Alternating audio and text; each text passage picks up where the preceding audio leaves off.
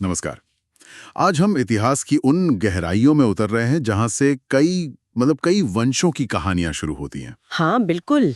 हमारा विषय है वैवस्वत मनु का वंश और इसके लिए हमारे पास विष्णु पुराण से जुड़ा एक महत्वपूर्ण ऑडियो अंश है। जी, जो इस प्राचीन वंश परंपरा का वर्णन करता है। तो आज हम इस स्रोत के जरिए क्या समझने की कोशिश करेंगे, मतलब हमारा मिशन क्या है। देखिए, हम देखेंगे कि ये वंश कहाँ से शुरू हुआ, कौन इसके प्रमुख लोग थे, हाँ हाँ उनकी कहानियों में क्या खास है, हाँ। और ये कहानियां हमें आज कैसे खा सकती हैं एक तरह से। बिल्कुल। ये सफर तो मतलब सृष्टि के आरंभ से लेकर कई पीढ़ियों और युगों तक फैला हुआ लगता है। हाँ, और ये जो विवरण है ये श्री मैत्रेय जी के एक प्रश्न से शुरू होता है। अच्छा। हाँ, जब वे श्री पराशर जी से अलग अलग राजवंशों के बारे में सुनना चाहते हैं तो उसके जवाब में पराशर जी मनु वंश की कथा सुनाते हैं। और इसका मूल, जैसा मैंने कहा, श्री ब्रह्मा जी से जुड़ता है। अच्छा। स्रोत में तो ये भी कहा गया है कि इस वंश की कथा सुनने भर से पाप नष्ट हो जाते हैं। अरे वाह। और इस कथा में कुछ ऐसे मोड़ हैं जो सचमुच सोचने पे मजबूर कर देते हैं। हाँ बिल्कुल। कल्पना कीजिए, एक यज्ञ में छोटी सी भूल हुई और पुत्र की जगह पुत्री हो गई। हाँ, इला। फिर वही पुत्री देवताओं की कृपा से पुत्र बन गई, लेकिन फिर एक श्राप और दोबारा स्त्री, और फिर से पुरुष भी। हाँ, और वो राजा वाली कहानी, जो बेटी के लिए वर ढूंढने दूसरे लोग चला गया। हाँ हाँ, राजा रेवत। और जब लौटा तो यहाँ पृथ्वी पर सदियां बीत चुकी थी। बिल्कुल। चलिए इन गुत्थियों को एक एक कर सुलझाते हैं। हाँ, शुरू करते हैं। तो सबसे पहले ये वंश शुरू कहाँ से हुआ, एकदम जड़। देखिए, स्रोत के अनुसार इस वंश का परम मूल स्रोत तो भगवान विष्णु ही है। विष्णु, अच्छा। हाँ, सकल संसार के आदि कारण, अनादि वेद स्वरूप। उन्हीं से ब्रह्म स्वरूप ब्रह्मांड में हिरण्यगर्भ ब्रह्मा जी प्रकट हुए। सृष्टि के रचयिता ब्रह्मा जी, ठीक है जी। और फिर ये वंशवृक्ष आगे कैसे बढ़ा ब्रह्मा जी से? ब्रह्मा जी के दाहिने अंगूठे से दक्ष प्रजापति का जन्म हुआ। प्रजापति मतलब प्रजा का पालक या स्वामी, जी, है ना? हाँ, कह सकते हैं। फिर दक्ष की पुत्री अदिति हुई। अच्छा। अदिति से विवस्वान यानी सूर्यदेव। अच्छा, सूर्यदेव। और उन्हीं विवस्वान के पुत्र हुए हमारे कथा के केंद्र बिंदु वैवस्वत मनु। वैवस्वत मनु, जिन्हें इस मनवंतर का प्रवर्तक भी मानते हैं। बिल्कुल। तो इन वैवस्वत मनु के इनके कितने पुत्र बताए गए हैं? इनके 10 पुत्रों का उल्लेख है स्रोत में। इक्ष्वाकु। हाँ, इक्ष्वाकु तो बहुत प्रसिद्ध हैं, सूर्यवंश वाले। जी हाँ। फिर नृक, धृष्ट, शुर्याति, नरिष्यंत, प्रांशु, नाभाग, दिष्ट, करुष और पृषुध्र। 10 पुत्र, ये सब शुरुआती राजा माने जा सकते हैं। हाँ बिल्कुल। लेकिन जैसा आपने शुरू में इशारा किया था, कहानी में एक अप्रत्याशित मोड़ तब आता है जब मनु पुत्र चाहते हैं और यज्ञ करते हैं। हाँ, वो यज्ञ वाला किस्सा, क्या हुआ था उसमें? वो मैत्र वरुण यज्ञ था, मित्र और वरुण देवों के लिए। हाँ। उसमें जो होता थे, मतलब मुख्य पुरोहित, उनके संकल्प में कुछ भिन्नता आ गई। भिन्नता? कैसे भिन्नता, क्या मतलब? मतलब शायद उन्होंने पुत्र की जगह पुत्री का संकल्प कर लिया भूल से, या कुछ ऐसा ही हुआ, जिसके कारण पुत्र के बजाय इला नाम की कन्या उत्पन्न हो गई। ओह, तो यज्ञ का फल उल्टा हो गया। हाँ, एक तरह से। लेकिन फिर मनु ने प्रार्थना की और मित्रा वरुण देवों की कृपा हुई, तो वही कन्या इला बाद में मनु के सुद्युम्न नामक पुत्र बन गई। इलाही सुद्युम्न बन गए? ये तो कमाल है, पर यहाँ बात खत्म नहीं हुई है ना? नहीं, बिल्कुल नहीं। यहीं पर मामला और उलझता है। कैसे? स्रोत बताता है कि एक बार सुद्युम्न घूमते घूमते महादेव जी के क्रीड़ा वन में चले गए। शिव जी के वन में? हाँ, और वहां शाप था कि जो भी पुरुष उस वन में प्रवेश करेगा वो स्त्री बन जाएगा। अरे, तो सुद्युम्न फिर से स्त्री बन गए? हाँ, और फिर वो स्त्री रूप में चंद्रमा के पुत्र बुध के आश्रम के पास घूमने लगी। बुध, ये कौन थे? वही ग्रह वाले बुध? हाँ, वही। चंद्रमा और बृहस्पति की पत्नी तारा के पुत्र माने जाते हैं। अच्छा, तो फिर? तो जब सुद्युम्न स्त्री रूप में बुध के आश्रम के पास पहुंचे तो बुध उन पर मोहित हो गए। और उन दोनों के संयोग से पुरुरुवा नामक पुत्र हुआ। पुरुरुवा, ये तो चंद्रवंश के बहुत प्रसिद्ध राजा हुए। जी हाँ, वही पुरुरुवा। तो देखिए, एक ही व्यक्ति सुद्युम्न, पहले पुरुष फिर स्त्री, और स्त्री रूप में उनके पुत्र हुए पुरुरुवा, जो चंद्रवंश के आदि पुरुषों में गिने जाते हैं। गजब की कहानी है। लेकिन क्या सुद्युम्ना हमेशा स्त्री ही बने रहे? नहीं नहीं, बाद में महर्षियों की कृपा हुई और उन्होंने भगवान विष्णु के यज्ञ पुरुष रूप की पूजा की। अच्छा, तो उससे उन्हें फिर से पुरुष रूप मिल गया। वापस सुद्युम्न बन गए। हाँ, और पुरुष रूप में उनके 3 और बेटे हुए, उत्कल, गय और विनत। अच्छा, 3 और पुत्र। ये तीनों भी राजा बने, अपने अपने इलाकों में राज किया। लेकिन एक बात है, क्या? क्योंकि सुद्युम्न पहले स्त्री रूप धारण कर चुके थे, तो श्रोत कहता है कि उन्हें सीधे पूरा राजपाट नहीं मिला। ओह, तो फिर? गुरु वशिष्ठ जी ने कहा, तो पिता मनु ने उन्हें प्रतिष्ठान नाम का नगर दिया। प्रतिष्ठान? हाँ, जिसे बाद में सुद्युम्न ने अपने बेटे पुरुरुवा को दे दिया। ये सुद्युम्न की कहानी तो लिंग परिवर्तन, नियति, श्राप, वरदान बहुत कुछ सोचने पर मजबूर करती है। अच्छा, मनु के जो बाकी पुत्र थे, उनका क्या हुआ? क्या उनकी कहानियां भी ऐसी ही अनोखी थीं? सबकी अपनी अपनी किस्मत थी, कह सकते हैं। जैसे एक बेटे थे पृषधर। हाँ, उनका नाम आया था सूची में। उनसे अनजाने में अपने गुरु की गाय मर गई। अरे? अनजाने में? हाँ। शायद किसी जानवर को मार रहे थे और निशाना चूक गया, तो इस पाप के कारण वो क्षत्रिय से शूद्र हो गए। ओह, मतलब कर्म का इतना कठोर सिद्धांत, पदवी भी चली गई। हाँ, ये घटना यही दिखाती है कि कर्म ही प्रधान था, जन्म या पद नहीं। और करुष का क्या हुआ? करुष से कारुष नाम के क्षत्रियों का वंश चला। ये बड़े बलशाली माने जाते थे। ठीक है। इसी तरह एक और पुत्र थे धृष्ट। उनके बेटे नाभाग के बारे में कहा जाता है कि वो अपने कर्मों से वैश्य बन गए थे। नाभाग वैश्य हो गए, ये भी दिलचस्प है। मतलब वर्ण परिवर्तन संभव था? ऐसा लगता है। कम से कम स्रोत तो यही संकेत देता है कि कर्म के आधार पर वर्ण बदल सकता था। आपने नाभाग का जिक्र किया जो वैश्य हो गए, क्या उनके वंश के बारे में भी कुछ पता चलता है? हाँ बिल्कुल, नाभाग के वंश में भी कई पीढ़ियां हुं। कौन कौन? स्रोत में नाम आते हैं बलंधन, वत्सप्रीति, प्रांशु, प्रजापति, खनित्र, चाक्षुष, विंश, विविंशक, खनिनेत्र, अतिविभूति, करंधम और अविक्षित। काफी लंबी सूची है। हाँ, और इस वंश में एक बहुत ही प्रतापी, बहुत मशहूर राजा हुए, मरुत। राजा मरुत? हाँ, इनके बारे में तो कुछ खास सुना है। इनके यज्ञ की बड़ी तारीफ है ना? बिल्कुल, मरुत चक्रवर्ती सम्राट थे। चक्रवर्ती सम्राट मतलब जिसका राज हर तरफ फैला हो। हाँ, एक तरह से सार्वभौम शासक।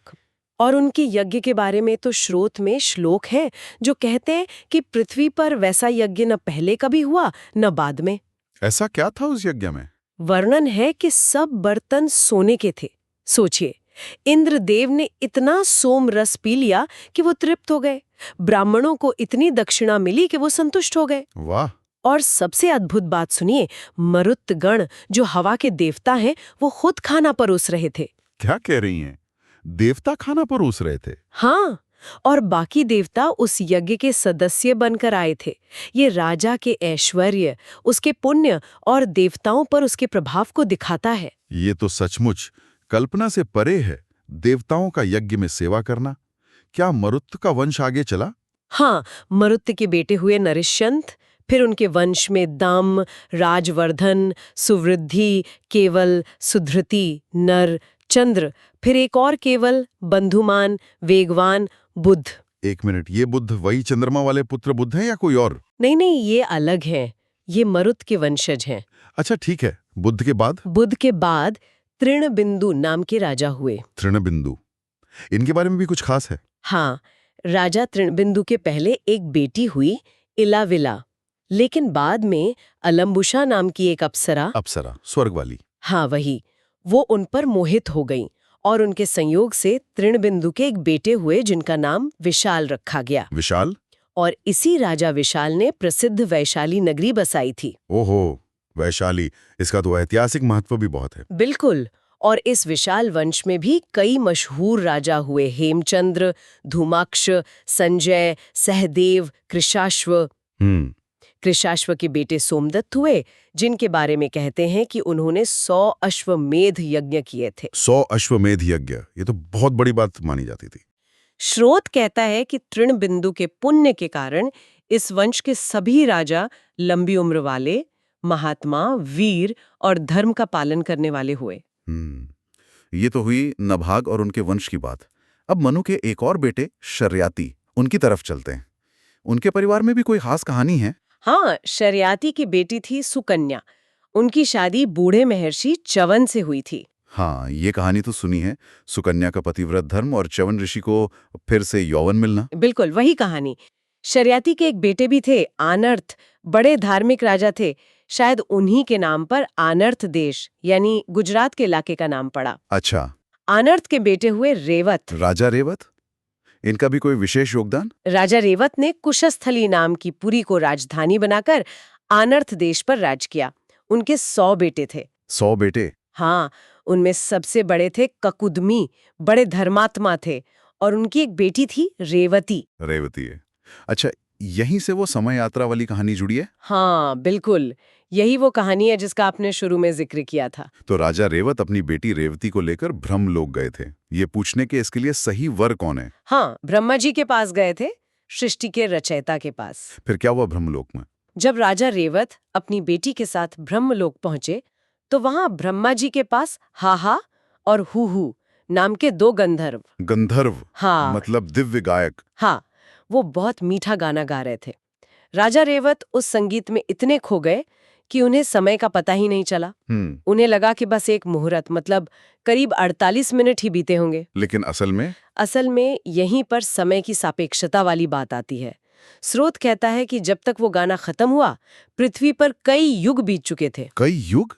एक गाने के दौरान? ये कैसे हो सकता है? यही तो बात है। अलग अलग लोकों में समय की गति अलग अलग होती है, ये विचार यहाँ दिखता है।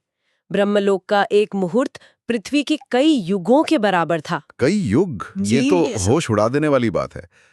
जब गाना खत्म हुआ और रेवत ने ब्रह्मा जी से पूछा अपनी बेटी के लिए, तब क्या हुआ? रेवत ने ब्रह्मा जी को प्रणाम किया और कुछ नाम गिनाए जो उन्होंने अपनी बेटी के लिए सोच रखे थे पृथ्वी पर। ये सुनकर ब्रह्मा जी हंसती हैं? हंस दिए। क्यों? उन्होंने कहा, राजन, तुम जिन वरों के नाम ले रहे हो, उनके तो बेटे पोतों की औलादे भी अब पृथ्वी पर नहीं है। क्या? हाँ, ब्रह्मा जी ने बताया, जब तुम यहाँ संगीत सुन रहे थे, तब पृथ्वी पर 27 चतुर्युग बीत गए। 27 चतुर्युग? एक चतुर्युग में तो 4 युग होते हैं, सतयुग, त्रेता, द्वापर, कली, लाखों साल। जी हाँ। ब्रह्मा जी ने बताया कि अब तो 28वें चतुर्युग का द्वापर युग भी खत्म होने वाला है और कलयुग शुरू होने वाला है। हे भगवान, ये सुनकर तो राजा रेवत पर क्या बीती होगी?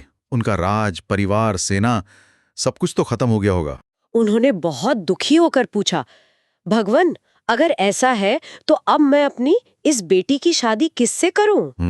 तब ब्रह्मा जी ने उन्हें भगवान विष्णु के स्वरूप और उनकी महिमा के बारे में बताया, समझाया कि परमेश्वर अजन्मा है, सनातन है, उनका कोई आदि अंत नहीं, समय भी उन्हीं का एक रूप है। ठीक है। वही ब्रह्मा बनकर बनाते हैं, विष्णु बनकर पालते हैं और रुद्र बनकर संहार करते हैं। वही अग्नि, पृथ्वी, जल, वायु, आकाश सब रूपों में है। ये सब समझाने के बाद उन्होंने रेवत की समस्या का क्या हल बताया? ब्रह्मा जी ने कहा, राजन, उन्हें भगवान विष्णु ने धर्म की रक्षा के लिए पृथ्वी पर अपने अंश से अवतार लिया है। अवतार? हाँ, उन्होंने बताया, तुम्हारी जो पहले कुशस्थली नाम की भव्य नगरी थी, वो अब द्वारका नाम से जानी जाती है। द्वारका? और वहीं पर भगवान विष्णु के अंश श्री बलदेव जी यानी बलराम विराजमान है। बलराम श्री कृष्ण के बड़े भाई? बिल्कुल। ब्रह्मा जी ने सलाह दी, तुम अपनी इस कन्या रत्न रेवती का विवाह उन्हीं बलदेव जी से कर दो। वो बलवानों में श्रेष्ठ है और तुम्हारी बेटी स्त्रियों में रत्न है। ये जोड़ी एकदम सही रहेगी। तो ब्रह्मा जी ने उन्हें उस समय के सबसे योग्य वर का पता बता दिया। फिर राजा रेवत पृथ्वी पर लौटे। कैसा लगा उन्हें सब कुछ? हाँ, श्री पराशर जी बताते हैं कि जब राजा रेवत पृथ्वी पर वापस आए तो उन्होंने सब कुछ बदलावा पाया। कैसा बदलावा? मनुष्य कद में बहुत छोटे हो गए थे, उतने सुंदर नहीं थे, उनमें तेज और बल भी बहुत कम था और विवेक भी कम लग रहा था। युग बदलने का असर साफ दिख रहा था। अपनी नगरी कुशस्थली को भी उन्होंने बिल्कुल बदलावा पाया, जो अब द्वारका बन चुकी थी। फिर उन्होंने क्या किया? उन्होंने ब्रह्मा जी के कहे अनुसार अपनी बेटी रेवती, जिनका वर्णन है कि उनका सीना स्फटिक पर्वत जैसा उन्नत था, उन्हें भगवान हलायुध यानी बलराम जी को सौंप दिया। और विवाह? हाँ, विवाह हुआ। पर उससे पहले एक और मजेदार बात स्रोत में मिलती है। क्या? ऐसा कहा गया है कि रेवती का कद उस समय के लोगों के हिसाब से बहुत ज्यादा लंबा था, क्योंकि वो तो पिछले युगों की थी। हाँ हाँ, ये तो होगा ही। तो ये देखकर भगवान बलराम ने अपने हल के अगले हिस्से से उन्हें थोड़ा दबाकर नीचे किया, जिससे उनका कद उस समय की स्त्रियों जैसा हो गया। क्या बात है, हल से कद छोटा कर दिया। हाँ, ऐसा वर्णन है। फिर विधि विधान से बलराम जी और रेवती का विवाह हुआ। और राजा रेवत का क्या हुआ? विवाह के बाद राजा रेवत सब कुछ छोड़कर तपस्या करने हिमालय चले गया। तो इस तरह वैवस्वत मनु के वंश की एक शाखा का संबंध सीधे भगवान बलराम और द्वारका से जुड़ गया। हमने सृष्टि के आरंभ से यात्रा शुरू की। हाँ, मनु के बेटों की अलग अलग किस्मत देखी, सुद्युम्न के जीवन के वो अनोखे मोड़ देखे, राजा मरुत का वो भव्य यज्ञ, और आखिर में राजा रेवत की वो ब्रह्मलोक यात्रा और समय वाली अद्भुत कहानी। ये सिर्फ राजाओं की लिस्ट नहीं है, बिल्कुल नहीं। बिल्कुल नहीं। ये वर्णन हमें कई गहरे मुद्दों पर सोचने को मजबूर करता है। जैसे सबसे पहले तो समय, मतलब काल की विशालता और उसकी सापेक्षता, जैसा राजा रेवत के साथ हुआ। हाँ, वो तो कमाल था। फिर युगों का बदलना, हर युग के अपने नियम, अपने लक्षण, कर्म का सिद्धांत भी दिखता है, जैसे पृषद्र के साथ हुआ। हाँ, शूद्र बनना। और साथ ही दैवीय कृपा और हस्तक्षेप भी, जैसे सुद्युम्न का फिर से पुरुष बनना या इला का सुद्युम्न बनना।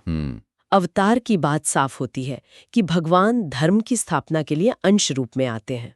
और सुद्युम्न की कहानी लिंग और पहचान के बारे में पुराने समय के विचारों पर भी कुछ रोशनी डालती है। राजा मरुत का यज्ञ एक आदर्श राज्य, राजा के कर्तव्य और देवताओं से उसके संबंध को दिखाता है। सही है। और ये जो अलग अलग वंश फैले और फिर आपस में जुड़े, जैसे सुद्युम्न के बेटे पुरुरवा से चंद्रवंश और मनु के दूसरे बेटे इक्ष्वाकु से सूर्यवंश, ये उस समय के समाज और राजनीति की जटिलता दिखाता है। ये कहानियां सिर्फ कहानियां नहीं हैं, ये ब्रह्मांड, समय, भाग्य और जीवन के उद्देश्य के बारे में एक बहुत गहरा और समृद्ध नजरिया देती हैं। वाकई इस एक वंश की कहानी में कितने सारे आयाम छुपे हुए हैं।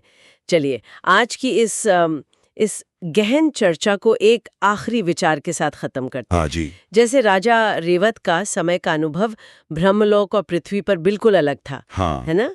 और जब वो लौटे तो उन्हें दुनिया पूरी बदली मिली। तो क्या ये मुमकिन है कि इतिहास को या अपने ही अतीत को देखने का हमारा नजरिया भी इसी तरह सापेक्ष होता है? क्या हमारी समझ इस बात पर निर्भर करती है कि हम किस लोक से, मतलब किस नजरिए से या किस समय के फ्रेम से उसे देख रहे हैं? सोचने वाली बात है। इस पर विचार कीजिएगा।